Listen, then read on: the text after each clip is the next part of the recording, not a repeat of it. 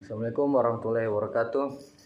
Saya dari kelompok 5 ingin mempresentasikan makalah saya yang berjudul Fungsi Pengendalian.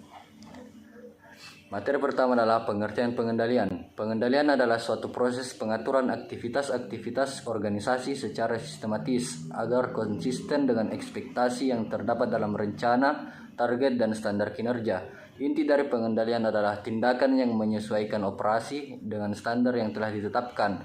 Dasar pengendalian adalah informasi yang dimiliki manajer. Materi kedua yaitu fungsi pengendalian. 1. Perencanaan. 2. Koordinasi antar berbagai bagian dalam organisasi. 3. Komunikasi informasi. 4. Pengambilan keputusan. 5. Memotivasi orang-orang dalam organisasi agar berperilaku sesuai dengan tujuan organisasi. 6. Pengendalian. 7. Penilaian kinerja. 8. Meningkatkan akuntabilitas. 9. Merangsang kepatuhan pada kebijakan, rencana, prosedur, peraturan, dan ketentuan yang berlaku. 10. Melindungi aset organisasi. 11. Pencapaian kegiatan ekonomis dan efisien. Materi selanjutnya adalah asas-asas pengendalian. Harold Kohns dan Cyril O'Donnell mengemukakan asas-asas pengendalian, yaitu yang pertama adalah asas tercapainya tujuan, artinya pengendalian harus ditunjukkan ke arah tercapainya tujuan.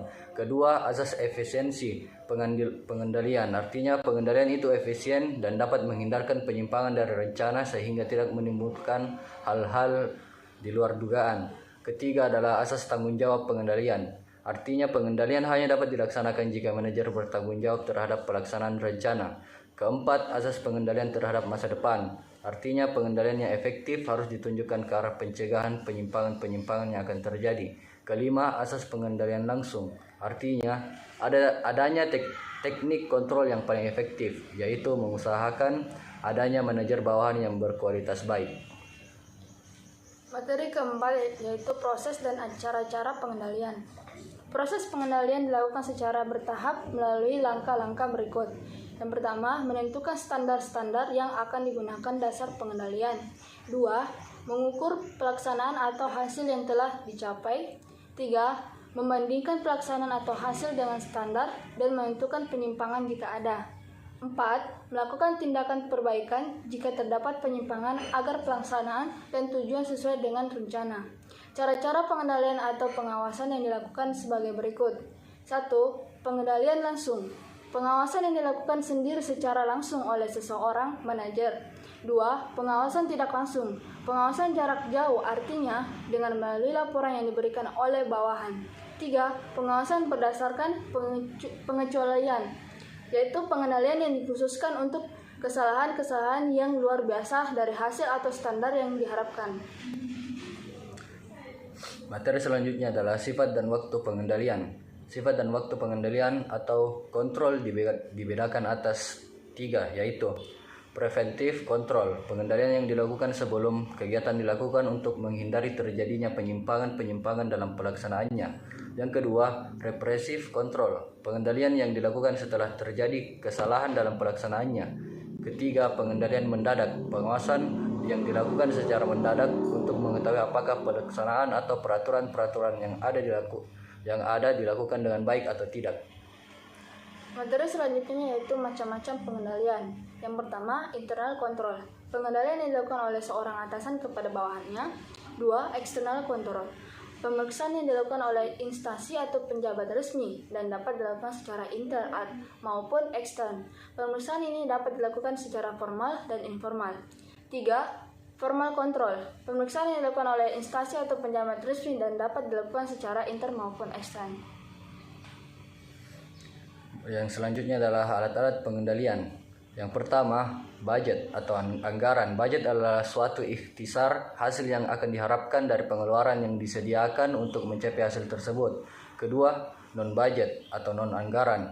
Alat pengendalian non-budget yaitu yang pertama, personal observation, yaitu pengawasan langsung secara pribadi oleh pemimpin perusahaan terhadap para bawahan yang sedang bekerja.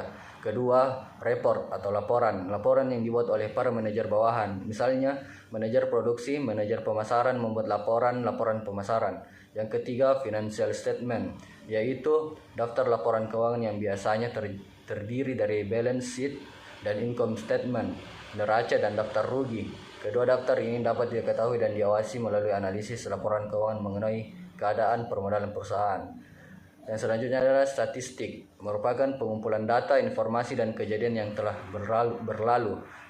Yang selanjutnya break-even point atau titik pulang pokok, yaitu suatu titik atau keadaan ketika total penjumlahan tentu tidak mendapat laba ataupun rugi, jadi jumlah biaya sama dengan jumlah penjumlahan. Yang terakhir adalah internal audit, yaitu pengendalian yang dilakukan oleh atasan terhadap bawahan yang meliputi bidang-bidang kegiatan secara menyeluruh yang menyangkut masalah keuangan.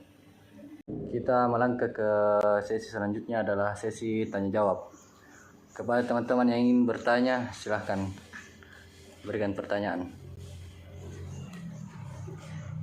Saya mau bertanya, perkenalkan nama saya Dwi Damayanti, perwakilan dari kelompok 8. Pertanyaan saya yaitu, kegiatan apa saja yang dilakukan dalam pengendalian manajemen?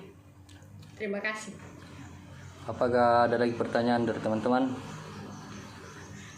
Saya ingin bertanya. Silakan. Perkenalkan, nama saya Anissa Nurul Fajri, perwakilan kelompok 6. Pertanyaan saya itu, bagaimana proses sistem pengendalian manajemen? Sekian. Apakah teman-teman masih ada yang ingin bertanya? Saya mau bertanya. Pertanyaan saya yaitu, mengapa fungsi pengendalian perlu dilakukan dalam manajemen perusahaan? Oh ya. Terima kasih atas pertanyaannya.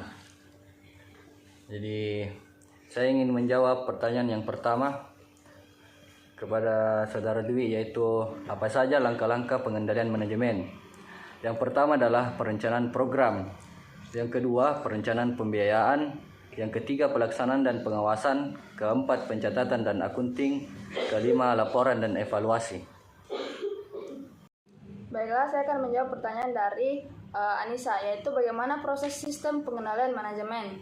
Proses pengendalian manajemen adalah sebuah proses di mana semua tindakan manajer menjamin bahwa orang-orang yang mereka pimpin telah menjalankan strategi yang mereka maksud. Proses pengendalian manajemen memerlukan perencanaan secara sadar atau tidak otomatis dan melibatkan interaksi di antara individu. Saya akan menjawab pertanyaan dari Saudari Raihana. Mengapa fungsi pengendalian perlu dilakukan dalam manajemen perusahaan? Perlunya adalah karena pelaksanaan membatasi tindakannya mencapai tujuan-tujuan sedemikian rupa sehingga tidak begitu menyimpang dari yang diperbolehkan. Pengendalian menjadi siklus fungsi manajemen lengkap dan membawa organisasi ke perencanaan. Apakah teman-teman sudah puas dengan jawabannya?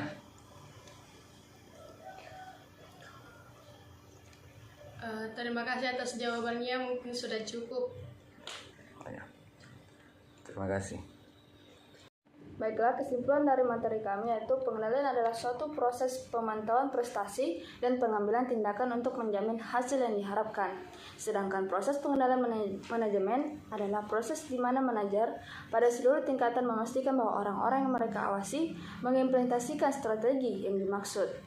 Proses pengendalian mengukur kemajuan ke arah tujuan dan memungkinkan manajer mendeteksi penyimpangan dari perencanaan tepat pada waktunya untuk mengambil tindakan perbaikan. Fungsi ini sangat penting dan sangat menentukan pelaksanaan proses manajemen, karena ini harus dilaksanakan sebaik-baiknya. Baiklah, sekian dari presentasi kelompok kami. Apabila ada kesalahan kata, mohon dimaafkan. Billahi fisabilil haq wastabiqul khairat. Wassalamualaikum warahmatullahi wabarakatuh.